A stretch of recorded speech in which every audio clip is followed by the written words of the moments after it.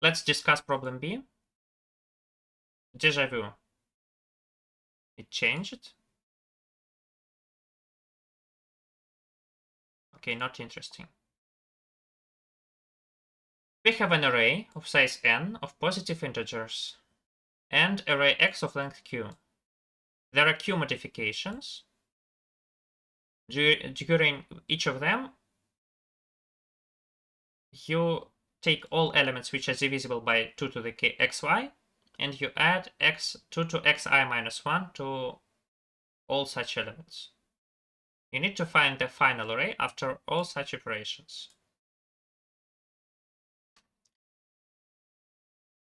So the key idea is to understand that there is no need to apply operation xi,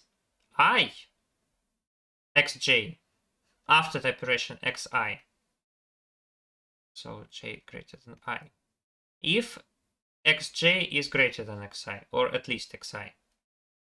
So this means we can skip xj. Why is that? If you want the operation xj to change something, you need an element a, which is divisible by 2 to xj. Sure, you need such element. But notice that actually, if you have made this operation, there will be no such elements. So let's look. Each operation either does not change the element, or if it is divisible by 2 to x, it adds 2 to x minus 1. Notice that the power of 2 in this number decreases. So this says that each number had at least x 2's in it. It is written as this. Sorry, it's written as this. 2 to y is the power of 2 in ak, where y is greater or equal to x. It is also can be written as v2 of ak is at least x. Okay, this is true. But if you add this number, it stops being true, because this number is not divisible, does not divide 2 to x. So each operation decreases the power of 2, maximum power of 2, which divides some number.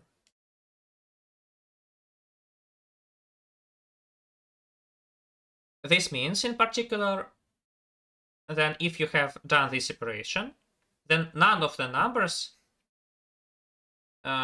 is divisible by 2 to xi anymore. So all numbers, for all numbers, this holds. And even more obvious, for all numbers, this holds, because xj is even greater than xi or equal. So if you have applied this operation, then this operation does not do anything, because numbers are not divisible by 2 to xj. So we can as well skip xj.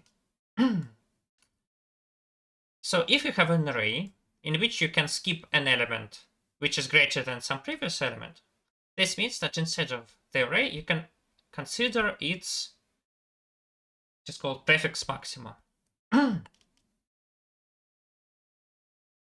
So let's go through the array. Prefix minima, I think. We can only look at prefix minima.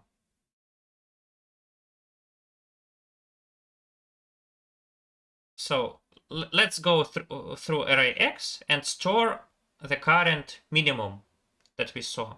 So let's think that xi was the current minimum. We go through elements. If we have some element which is at least this current minimum, we skip it because it is not needed. And if it is less than the current minimum, then we need it in our final array. So let's store some other array y, which consists of this prefix minima. we say that y.push back xj, and now we say that current minimum is now xj. This is the new minimum. And then we continue going through our x. So the first step in our solution is to traverse the array x and only leave prefix minima in our new array y. In the statement, it is said that all numbers are at most 30. This means that in the end, length of y should be at most 30. It cannot be greater, because if it is greater, it has at least 31 different elements.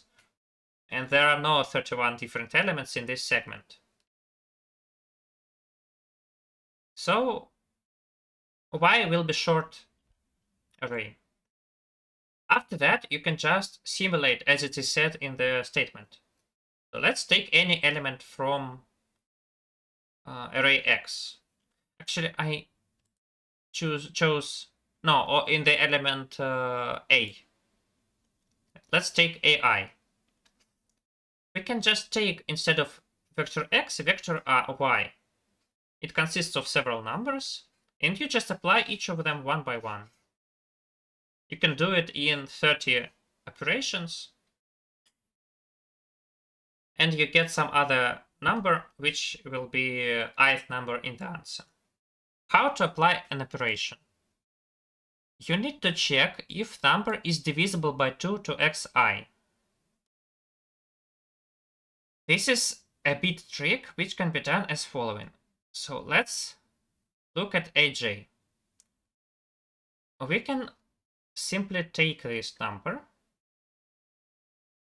No, this number. And check if it is 0. So how to find this number? This is a bit trick. You can, instead of that, write it like this. This is a bit shift, which multiplies a number by a power of 2. So we multiply 1 by 2 to xi, so we just get 2 to xi. But even better way of doing it is to calculate aj bitwise and 1 over xi minus 1. In bitwise, this number is just a lot of ones. And if you take a bitwise AND with aj, you find the residue of aj modulo 2 to the xi. So you compare this number with 0. If it is 0, then if it is not 0, then you do not do anything. And if it is 0, you just add this number, which can be written as 1 bitwise xi minus 1. You can add these parentheses, but they are not required because in C++, operating precedence says that firstly you do the subtraction and then you make bitwise operations. So after this main idea of making the array of size 30, you just make a dumb simulation. And that's it.